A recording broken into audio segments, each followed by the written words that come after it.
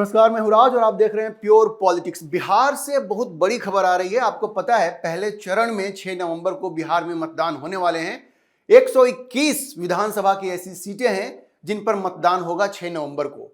बिहार से जितनी भी खबरें आ रही हैं वो ये बता रही हैं कि एक तरफ जहां एनडीए है जो पूरी तरह से एकजुट होकर के चुनाव प्रचार में लगा है, प्रधानमंत्री नरेंद्र मोदी से लेकर के गृह मंत्री अमित शाह और बिहार के मुख्यमंत्री नीतीश कुमार, साथ में जो दोनों उप मुख्यमंत्री हैं, पूरा जो कैबिनेट है वो सब प्रचार में जी जान से जुटा हुआ है। अगर बारिश भी हो रही है तो नीतीश कुमार बाहर निकल रहे हैं, बाय रोड जा रहे हैं। वहीं दूसरी तरफ महागठबंधन में इतनी खींचतान चल रही है, खबर यह है कि राहुल गांधी और तेजस्वी यादव दोनों के बीच में जबरदस्त शीत युद्ध चल रहा है, क्योंकि राहुल गांधी इस बात को पचा नहीं पा रहे हैं कि गन पॉइंट पे तेजस्वी यादव ने उनको मजबूर कर दिया कि उनको सीएम कैंडिडेट डिक्लेयर किया जाए। और कांग्रेस को जितनी उम्मीद थी कि जितनी सीटें हमें मिलेंगी वो उतनी सीटें भी नहीं मिली। राहुल गांधी को गन पॉइंट पे मजबूर भी कर दिया गया कि वो तेजस्वी को मुख्यमंत्री पद का दावेदार घोषित करें।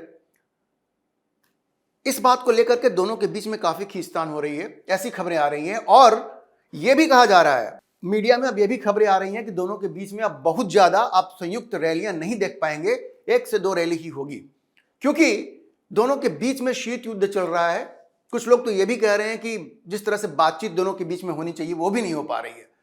वहीं कांग्रेस जो है वो तकरीबन 55 ऐसी सीटें हैं जिसपे कि वो सीधे सीधे एनडीए के साथ मुकाबला कर रही है। देखिए, पिछली बार जो चुनाव हुआ था 2020 में, उसमें महागठबंधन की कमजोर कड़ी थी कांग्रेस। कैसे? 70 सीटें लड़ी थी और जीत कितनी पाई? 19। इस बार कम से कम 55 सीटों पे उनका सीधा मुकाबला है एनडीए के साथ, और वहां कांग्रेस की स्थिति बेहद खराब है। और ये इंटरनल रिपोर्ट कांग्रेस के पास आ रही है कि लोग उनको तवज्जो नहीं दे रहे हैं। और जिस तरह से राहुल गांधी को मजबूर किया है तेजस्वी यादव ने, जैसे वो घर में बैठ गए थे कि हम तो कैंपेन करने ही नहीं निकलेंगे, तो कांग्रेस का जो कैडर है पूरी तरह से डीमोरलाइज्ड है, हतोत्साहित है। और यह भी एक वजह है कि राहुल गांधी तेजस्वी यादव से नाराज चल रहे हैं। तो जो कैडर है उनके बीच में आपस में कोई कोऑर्डिनेशन नहीं है। वहीं मुकेश सहनी है, मुकेश सहनी के बारे में यह खबर आ रही है कि उनकी भी हालत पूरी तरह से खराब है। जिस तरह से उनको बेइज्जत किया गया है, आपको याद होगा वो 60 सीटें मांग रहे थे, 60 सीटें तो उनको मिली नहीं, 13-14 सीटें मिली हैं। तो जिस सहनी समाज का वो प्रतिनिधित्व करने का दावा करते हैं, वो सहनी समाज उनसे पूछ रहा है कि भाई तुम्हें आखिर क्या मिला? और ये 12-13 सीट लेकर के और तुम कह रहे हो कि हम डिप्टी सीएम बनेंगे, तुम कितनी सीट जीत पाओगे भाई? और तुम्हें नहीं बनाया तो तुम क्या करोगे? और देखिए, जो खबर आ रही है वो ये बता रही है कि जो सहनी समाज है, जो मल्लाह हैं, जो निषाद हैं, ये पारंपरिक रूप से भारतीय जनता पार्टी के वोटर होते हैं। और खबर ये आ रही है कि ये जो समूह है वो भारतीय जनता पार्टी के साथ ही टिका रहेगा। मुकेश सहनी को 25-30, मैक्सिमम 35-40 आप मान लीजिए, वही उनको वोट मिल सकता है सहनी समाज का, मल्लाह समाज का, क्योंकि ये जो पारंपरिक वोट बैंक है भारतीय जनता पार्टी का, वो उन्हीं के साथ रहेगा। ऐसी खबरें आ रही हैं। और इसलिए यह सवाल भी पैदा हो रहा है मुकेश सहनी पे कि क्या वो चिराग पासवान की तरह अपना वोट ट्रांसफर कर सकते हैं। अब ग्राउंड से जो खबरें आ रही हैं, मीडिया में जो खबरें आ रही हैं, वो ये बता रही हैं कि मुकेश सहनी उस तरह से मल्लाह का वोट महागठबंधन के लिए ट्रांसफर नहीं कर पा रहे हैं जिस तरह से चिराग पासवान अपना वोट बैंक, जो पासवानों का वोट बैंक है, वो एनडीए के लिए ट्रांसफर कर पा रहे हैं। देखिए, पिछले चुनाव में एनडीए के लिए सबसे बड़ी सिरदर्द क्या थी? चिराग पासवान अलग लड़ रहे थे, जदयू को सबसे ज्यादा नुकसान पहुंचाया उन्होंने। और इस बार जो लोकसभा का चुनाव हुआ, शाहाबाद में स्थिति एनडीए की खराब रही, क्योंकि वहां उपेंद्र कुशवाहा वर्सेस जो पवन सिंह हुआ, उसका असर पूरे उस शाहाबाद क्षेत्र में पड़ा। अब ये दोनों जगह पे एनडीए ने अपनी स्थिति मजबूत की है। दोनों जगह पे चिराग पासवान वापस आ गए हैं और उनकी एक क्षमता तो है ही कि 5% के आसपास जो पासवानों का वोट है वो जिधर जाएंगे उधर वो मुड़ जाएगा। तो अब कंसोलिडेट हो गया एनडीए का वोट बैंक। और शाहाबाद में भी ये समझौता हो गया पवन सिंह और उपेंद्र कुशवाहा के बीच में। तो वहां भी ये जो कुशवाहा वोट है और जो राजपूत वोट है, जो पूरी तरह से भाजपा के साथ होता है, वहां भी कंसोलिडेट हो गया है, एक हो गया है। और मुकेश सहनी अपना वोट ट्रांसफर नहीं कर पा रहे हैं। उसके अलावा जिस तरह की बयानबाजी तेजस्वी कर रहे हैं और उनके समर्थक जिस दबंगई को दिखा रहे हैं, वहां पे यादव राज आने की बात कर रहे हैं, आग लगाने की बात कर रहे हैं, कट्टा की बात कर रहे हैं, ऐसे गाने बन रहे हैं वहां पे। प्रधानमंत्री मोदी ने भी अपनी सभाओं में इसका जिक्र किया है कि वो बंदूक की बात करते हैं, वो कट्टा की बात करते हैं।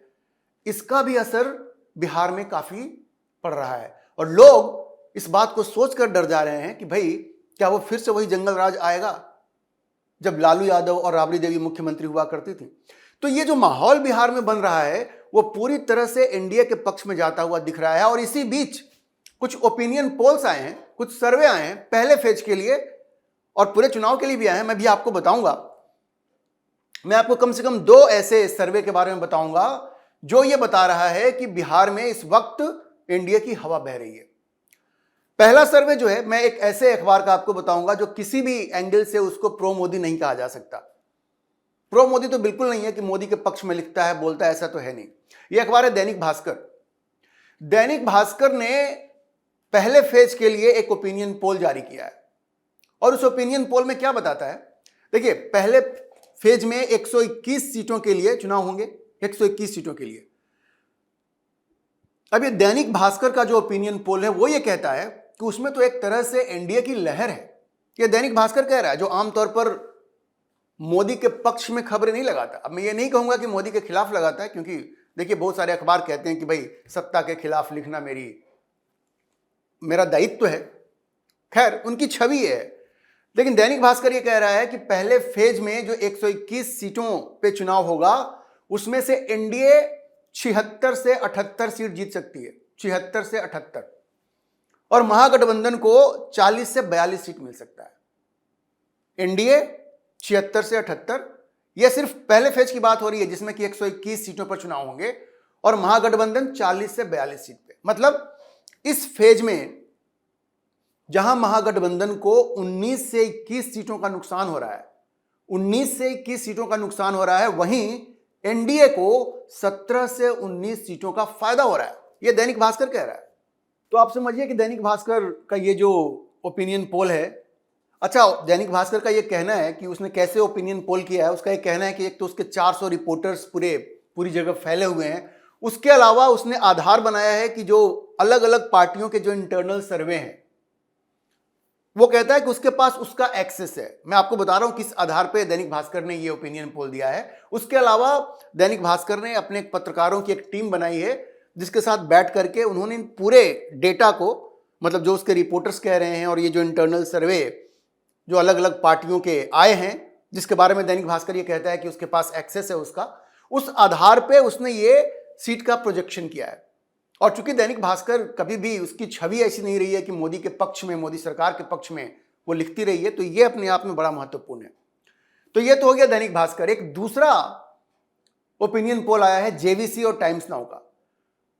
वो ये कह रही है कि भाई 243, ये पूरे सीटों का प्रोजेक्शन ये दे रहा है। वो ये कह रहा है कि एनडीए की सरकार निश्चित रूप से बननी है, क्योंकि उसको 243 में से 120 से 140 के बीच में सीटें मिलेंगी, मतलब सरकार बन जाएगी।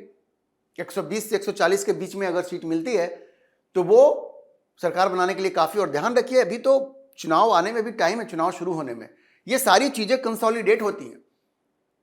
महागठबंधन में जिस तरह का बिखराव देखने को मिल रहा है, कार्यकर्ता आपस में लड़ रहे हैं, नेता आपस में बात नहीं कर रहे हैं, राहुल गांधी और तेजस्वी यादव के बीच में शीत युद्ध की खबरें आ रही हैं, तो ये तो बिखराव देख करके जो फ्लोटिंग वोट होता है वो और भी एनडीए के पक्ष में चला जाएगा। और आप ये देखिए कि ये जो जेवीसी का जो पोल है वो ये कहता है कि एनडीए को तो 120 से 140 सीटें मिलेंगी, वहीं महागठबंधन को 93 से 112 सीट मिल सकती है।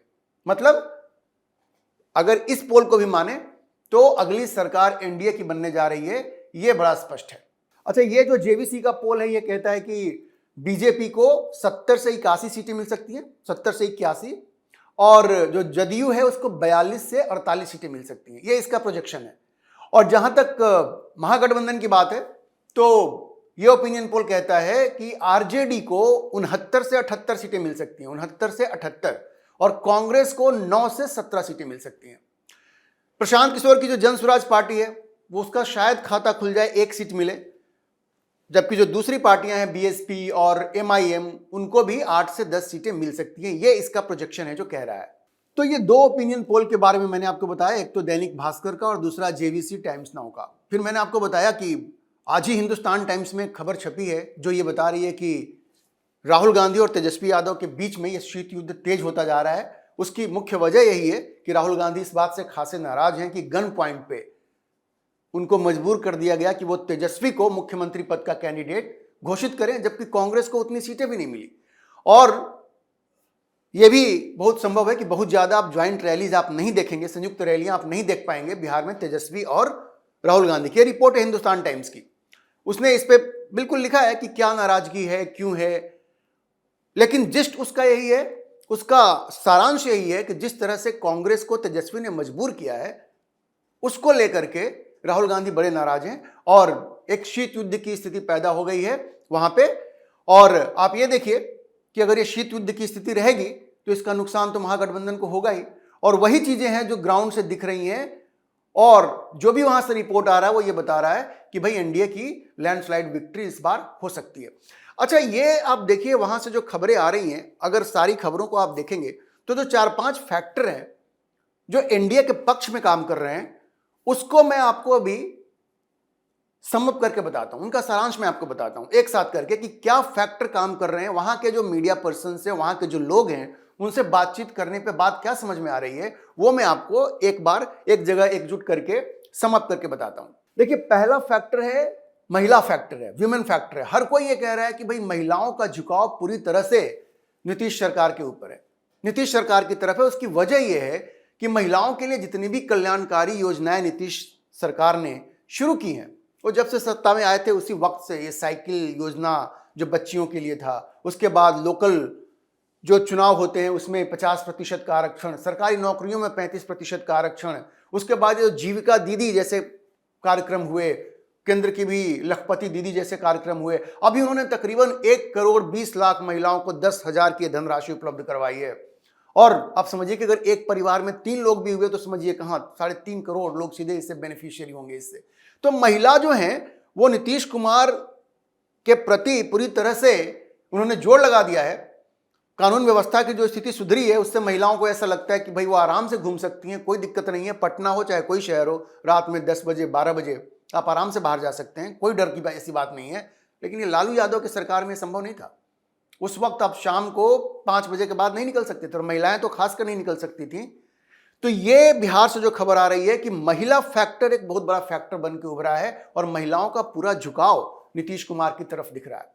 दूसरी जो चीज है जो उभर के सामने आ रही है वो है नीतीश ने ये जो और केंद्र सरकार ने जो डायरेक्ट बैंक ट्रांसफर जो किया है ना, जो भी पैसा दिया जा रहा है किसी को भी वो सीधे बैंक में जा रहा है। तो बिचौलिया अब कोई नहीं है और लोग इससे बड़े खुश हैं कि अब किसी के पास जा करके फॉर्म नहीं भरना, हाथ नहीं जोड़ना। और इसका बड़ा असर पड़ा है और महिलाओं में भी इसका बहुत बड़ा असर पड़ा है। तो जो डायरेक्ट बैंक ट्रांसफर है नीतीश का और केंद्र सरकार का, इसका बहुत बड़ा असर हुआ है। तीसरी चीज जो चुनाव में एज दे रही है एनडीए को वो है चिराग का फैक्टर। देखिए, पिछली बार चिराग एनडीए के साथ नहीं थे और बड़ा नुकसान किया जदयू का। इस बार वो एनडीए के साथ आ गए हैं और पूरा एनडीए अब एक कुनबे की तरह, चाहे वो बीजेपी हो, जदयू हो, मांझी हो, उपेंद्र कुशवाहा हो या चिराग पासवान हो, एकजुट है, एकजुट होकर वे चुनाव लड़ रहे हैं और हर कोई अपने अपने वोट बैंक को पूरी तरह से कंसोलिडेट करने में लगा हुआ है। और यह बात एनडीए के पक्ष में जा रही है। पिछली बार ये कमजोर कड़ी थी। वहीं महागठबंधन में जो मुकेश सहनी है वो अपने वोट बैंक को महागठबंधन की तरफ झुका नहीं पा रहे हैं। उनके कहने पे मल्लाह, सहनी, निषाद ये महागठबंधन को वोट देने के लिए बहुत उत्सुक नहीं है। यह पारंपरिक भारतीय जनता पार्टी का वोट बैंक है और खबर यह आ रही है कि आधा से ज्यादा तो निश्चित रूप से भाजपा के साथ ही रहेंगे। Mukesh Sahani vote bank transfer नहीं करवा पा रहे हैं। और अगली चीज जो है वह है कांग्रेस का बड़ा वीक लिंक होना। कांग्रेस एक बहुत ही कमजोर कड़ी है। वो इसलिए कम से कम 55 ऐसी सीटें हैं जहां पे वो सीधे सीधे एनडीए के खिलाफ लड़ रही है और कांग्रेस में इतनी खींचतान चल रही है, कैडर ही नाराज है। कृष्णा अल्लावरू जो प्रभारी थे उन पे कह दिया कि पैसा लेकर के टिकट दिया उन्होंने। आपस में खींचतान हो रही है। राजेश राम ने आरोप लगा दिए कृष्णा अल्लावरू पे, पप्पू यादव पे। तो कांग्रेस में आपसी खींचतान है, कैडर एकजुट नहीं है। सहयोगी जो पार्टियां हैं, जैसे तेजस्वी यादव की पार्टी हो गई या मुकेश सहनी की पार्टी हो गई, उनके साथ उनका कोई कोऑर्डिनेशन नहीं हो रहा है। तो कांग्रेस एक बड़ा वीक लिंक होकर के उभरा है। इसके अलावा एनडीए के जितनी भी कल्याणकारी योजनाएं वो तो अपनी जगह पे हैं ही, हम लोगों ने कई बार बातचीत की है, लेकिन जो लेटेस्ट जो खबर आ रही है बिहार से, उसमें ये 4-5 फैक्टर हैं, जिसमें एक महिला फैक्टर है, जो डायरेक्ट बैंक ट्रांसफर स्कीम है वो काम कर रहा है एनडीए के पक्ष में, चिराग का वापस आना ये एनडीए के लिए काम कर रहा है, मुकेश सहनी का फेलियर, वो अपने वोट को ट्रांसफर नहीं कर पा रहे हैं, इसका फायदा एनडीए को हो रहा है, नुकसान हो रहा है महागठबंधन को, और कांग्रेस एक कमजोर कड़ी के रूप में उभरी है। इन सबों को एक साथ मिला दिया जाए तो हमें यह बात समझ में आ जाएगी कि सारे ओपिनियन पोल और सर्वे ये क्यों कह रहे हैं कि बिहार में एनडीए को एक क्लियर एज है, और इस बात की पूरी संभावना है कि एक लैंडस्लाइड विक्ट्री इस बार नीतीश कुमार के नेतृत्व में लड़ रही एनडीए को होगा। नरेंद्र मोदी का चेहरा भी एनडीए के पक्ष में काम कर रहा है, और नीतीश कुमार का जो परफॉर्मेंस है उसके आधार पर भी बिहार के लोग ये मानते हैं कि इस बार वहां एनडीए को ही मौका देना चाहिए। अभी के लिए इतना ही। हम इस खबर पर नजर बनाए रखेंगे और आपको अपडेट करते रहेंगे। आप इस विषय पर क्या सोचते हैं, अपनी राय कमेंट बॉक्स में जरूर लिखें, और अगर आपको वीडियो पसंद आया तो आप इसे लाइक करें, शेयर करें और हमारे चैनल को सब्सक्राइब जरूर करें।